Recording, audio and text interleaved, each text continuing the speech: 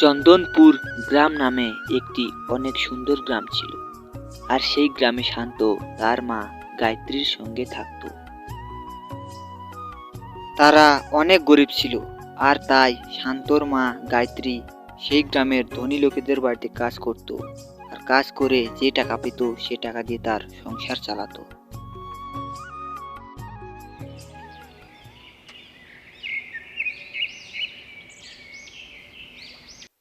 একদিন শান্ত তার মা গায়ত্রীকে বলে, মা মা আমাকে 10 টাকা দাও তো, আমি চকলেট খাবো। অনেক দিন তো হলো আমি বাইরের খাবার খাই না। আমাকে 10 টাকা দাও তো, আমি চকলেট খাবো। তোকে আর কি বলবো শান্ত, তুই তো জানিস আমরা কত গরিব। তোকে রোজ রোজ কিভাবে টাকা দেব বাইরে খাওয়ার জন্য? যেহেতু তুই আজকে শখ করে চাইছিস বাইরে খাওয়ার জন্য, আর তাই তোকে আমি টাকা দিচ্ছি। এটা বলে গায়ত্রী শান্তকে 20 টাকা দেয় আর বলে, এই যে শান্ত, তোকে 20 টাকা দিলাম। তুই 10 টাকার চকলেট নিবি আর 10 টাকা বাড়িতে নিয়ে আসবি, ঠিক আছে?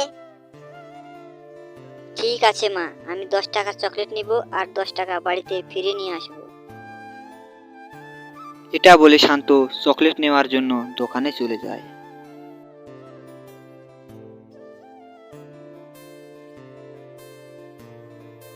আরে ভাই, তুমি এটা কি বলছো? এটার দাম তো 50 টাকা, তুমি 100 টাকা নিচ্ছ কেন?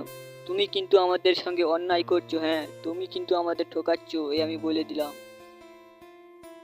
এই শোনো, তোমার যদি নেওয়ার হয় তো নেও, নাহলে এখান থেকে কেটে পড়ো। আর এমনিতেও এগুলোর দাম অনেক বেড়ে গেছে। হ্যাঁ, তুমি আমার সময় নষ্ট করো না, এই আমি বলে দিচ্ছি। ঠিক আছে, কি আর করার, দাও। হা হা হা, পথে এসো চাঁদ, পথে এসো।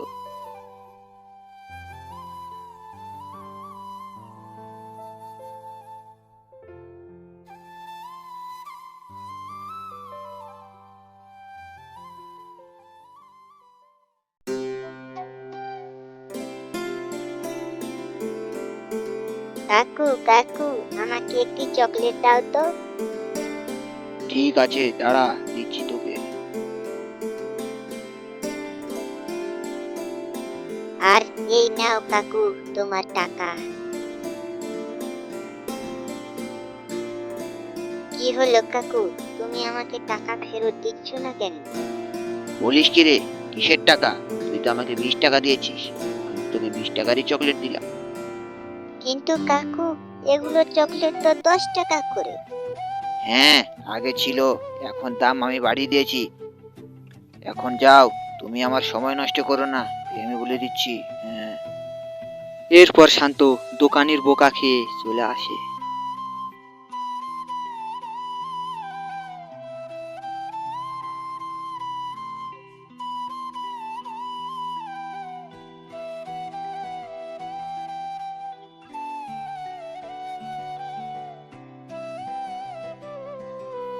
আর একটি গাছের নিচে বসে কান্না করতে থাকে। এখন আমি বাড়ি গিয়ে মাকে কি বলবো? মাকে বললে বলবে আমি 20 টাকারই চকলেট নিয়েছি। শান্ত এগুলো ভাবে আর কান্না করতে থাকে। ঠিক তখন সেখানে একটি পরী আসে আর এসে শান্তকে বলে,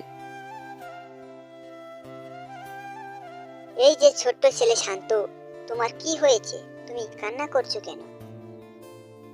তখন শান্ত পরীকে ঘটনার কথা বলে। এটা শুনে পরী বলে,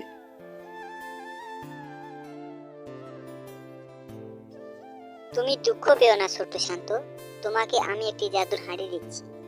এই হাঁড়িকে তুমি যত চকলেট চাইবে, সে তোমাকে তত চকলেট দেবে। এটা বলে পরী শান্তকে একটি জাদুর হাঁড়ি দেয় আর সেখান থেকে চলে যায়।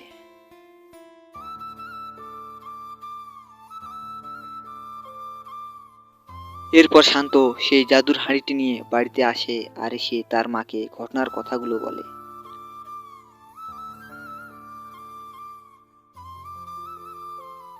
বলছিস কি রে, এটা কি সত্যি জাদুর হাঁড়ি? যত চকলেট চাইবো তত চকলেট দেবে? হ্যাঁ মা, তাহলে তোমাকে আর বলছি কি, দেখো আমি চেক করছি। এটা বলে শান্ত জাদুর হাড়িকে চকলেট চায়, আর জাদুর হাড়ি সঙ্গে সঙ্গে শান্তকে অনেক চকলেট দেয়।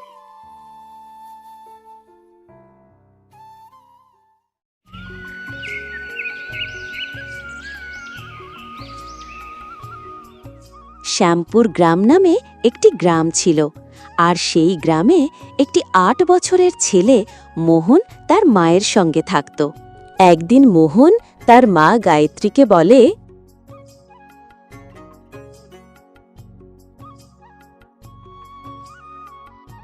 মা, দেখছো কত গরম করেছে? এই গরমে আমাকে তরমুজ খাবার ইচ্ছে করছে। আমাকে তরমুজ খাওয়ার জন্য টাকা দেবে? তরমুজের দাম তো অনেক বাবা, আর আমার কাছে এত টাকা নেই যে তোকে তরমুজ খাওয়ার জন্য টাকা দিয়ে। তুমি আমাকে ক্ষমা করিস বাবা, আমি তোমাকে তরমুজ খাওয়ার জন্য টাকা দিতে পারবো না। না না মা, কোনো ব্যাপার না, তুমি আমার কাছে ক্ষমা চেও না। আমি জানি আমরা কত গরিব। ঠিক আছে মা, আমি তরমুজ খাবো না। এটা বলে মোহন মন খারাপ করে বাইরে চলে যায়।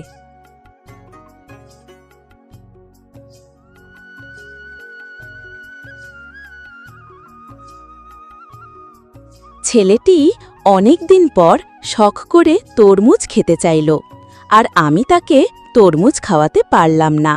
যাই একটু বাজারের দিকে যাই, যদি ধারে কিছু তরমুজ পায় তাহলে ছেলেটির জন্য নিয়ে আসব। এটা বলে গায়ত্রী তরমুজ আনার জন্য বাজারের দিকে যায়।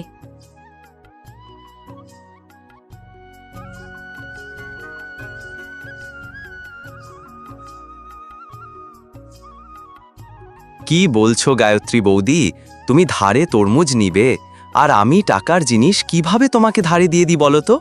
না না বৌদি, আমি তোমাকে ধারে তরমুজ দিতে পারবো না।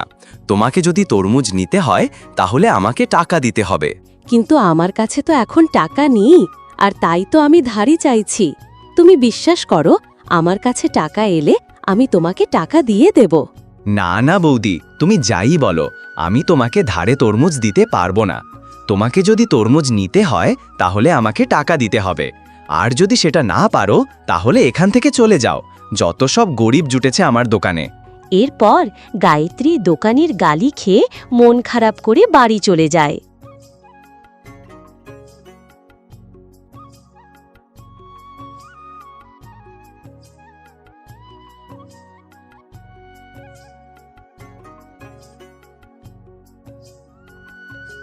আরে মোহন, তুই এখানে বসে আছিস আর আমি তোমাকে কখন থেকে খুঁজছি।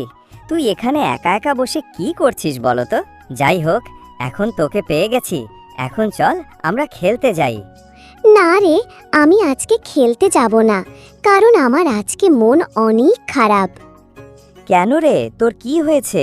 তোর মন খারাপ কেন? তখন মোহন তার বন্ধু বিনয়কে তার ইচ্ছের কথা বলে, আর মন খারাপের কথাও বলে। এটা শুনে তার বন্ধু বিনয় বলে, তুই মন খারাপ করিস না মোহন, তুই আমার সঙ্গে আমার ঘরে চল। আমার বাবা বাজার থেকে অনেক তরমুজ এনেছে, মাকে বলে আমি তোমাকে তরমুজ খাইয়ে দেব। তুই আমার সঙ্গে চল। এরপর মোহন তরমুজ খাওয়ার জন্যে তার বন্ধু বিনয়ের বাড়ি যায়।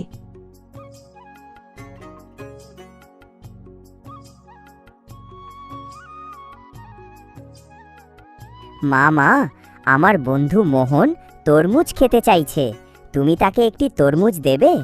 আমাদের বাড়িতে তো অনেক তরমুজ আছে, তুমি তাকে একটি তরমুজ দেবে? কি বলছিস বিনয়?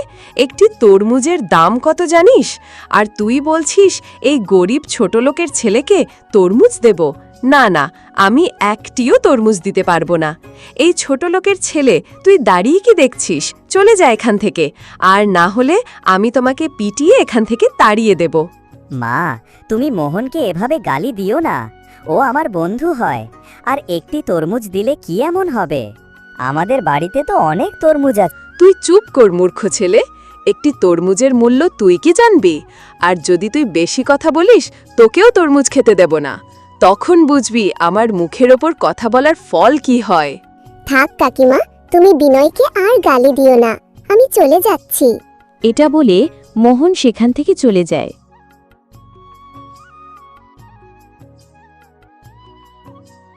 মোহন যখন কাঁদতে কাঁদতে বাড়ির দিকে যাচ্ছিল, তখন মোহনের সঙ্গে একটি পরীর দেখা হয়। পরী মোহনকে কাঁদতে দেখে বলে, এই যে মিষ্টি ছেলে, তোমার কি হয়েছে? তুমি কান্না করছো কেন? তখন মোহন পরীকে তার দুঃখের কথা বলে। এটা শুনে পরী বলে, তুমি দুঃখ পেও না মিষ্টি ছেলে, আমি তোমাকে একটি তরমুজ দিচ্ছি। এই তরমুজটি তোমাদের বাড়ির সামনে রোপণ করবে, এরপর দেখবে এই তরমুজের কামাল। এটা বলে পরী মোহনকে একটি তরমুজ দেয়, আর এরপর পরী সেখান থেকে চলে যায়। এরপর মোহন সেই তরমুজটি নিয়ে বাড়ি ফিরে আসে আর তার মাকে ঘটনার ব্যাপারে বলে। কি বলছো? ঘটনাটি সত্যি ঘটেছে? তাহলে আমাদের দেরি করা ঠিক হবে না। যত তাড়াতাড়ি সম্ভব আমাদের এই তরমুজটি আমাদের রোপণ করতে হবে। যেই ভাবা সেই কাজ। এরপর মা ছেলে মিলে তাদের বাড়ির সামনে সেই তরমুজটি রোপণ করে। আর আশ্চর্যজনকভাবে সেই তরমুজ থেকে একটি তরমুজের গাছ বের হয়। এটা দেখে মোহন ও তার মা গায়ত্রী অনেক অবাক হয়। মা, দেখেছো? একটি তরমুজ থেকে একটি তরমুজ গাছ বের হলো। কি আশ্চর্য ব্যাপার, তাই না? পরী আমাকে বলেছিল এটি একটি জাদুর তরমুজ। এখন থেকে আমিও তরমুজ খেতে পারবো। আমার তো খুব মজা হচ্ছে। হ্যাঁ বাবা মোহন, এখন থেকে তুই অনেক তরমুজ খেতে পারবে। যত খুশি তত খেতে পারবে। এবার তুই তো খুশি, তাই না? হ্যাঁ মা, আমি খুব খুশি।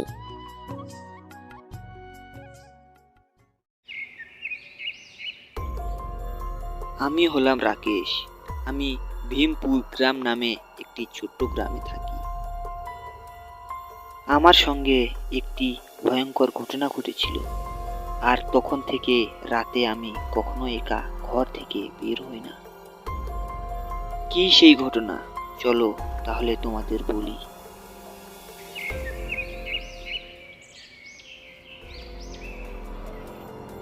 আমি একদিন কিছু কাজের জন্য শহরে গিয়েছিলাম।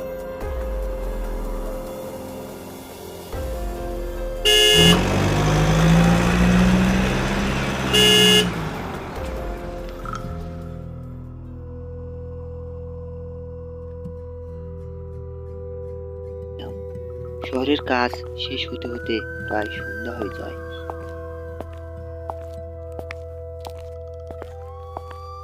কিন্তু আমি কিছুই মনে করলাম না আর গ্রামের দিকে আসতে লাগি। আরে জঙ্গল পেরোলেই তো গ্রাম পেয়ে যাব, এতে ভয়ের কি আছে? আমি নির্ভয়ে জঙ্গলের মধ্যে দিয়ে গ্রামের দিকে আসতে থাকি। আমি এই জঙ্গলের ব্যাপারে বেশ খারাপ কিছু শুনেছিলাম। গ্রামের লোকেরা বলতো রাতের বেলা এই জঙ্গলে যে একবার যেত সে আর ফিরে আসতো না। কিন্তু আমি এসব কিছুই মনে করলাম না আর জঙ্গলের মধ্যে দিয়ে গ্রামে আসতে থাকলাম।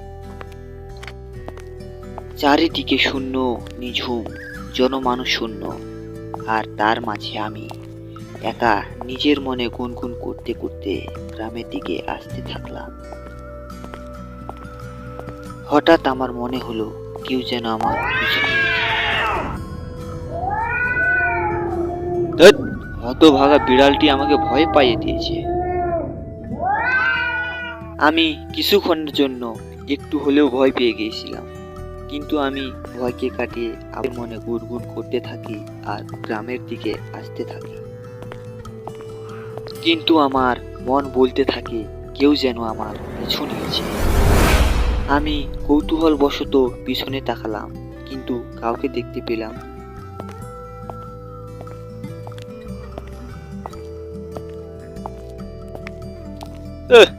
মনে হচ্ছে এসব আমার মনের ভুল। এত গভীর রাতে কে আমার পিছু নেবে? আমি এই কথা বললাম কি হঠাৎ আমাকে পিছন থেকে কেউ যেন ডাকলো।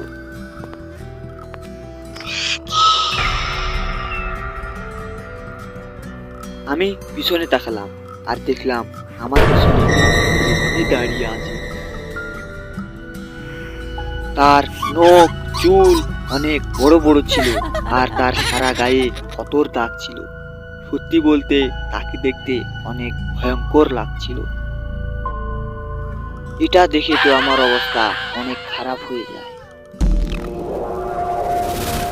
কিরে তোর অনেক শখ না একা একা এই জঙ্গল দিয়ে হেঁটে যাওয়া? দাঁড়া, তোর শখ আমি এখনই মিটিয়ে দিচ্ছি। এটা শুনে আমি কি করব বুঝতে পারলাম না, আর ভয়ে দৌড়াতে লাগলাম।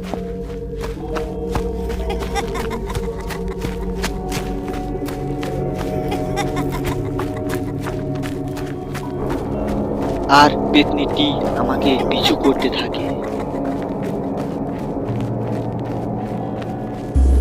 অনেক দৌড়ানোর পর অবশেষে আমি আমার গ্রামে চলে আসলাম।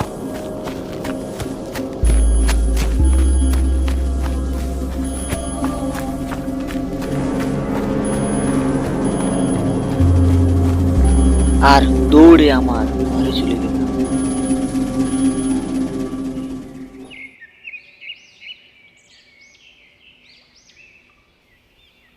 এই ঘটনার পর থেকে রাতে আমি কখনোই একা ঘর থেকে বের হতাম না।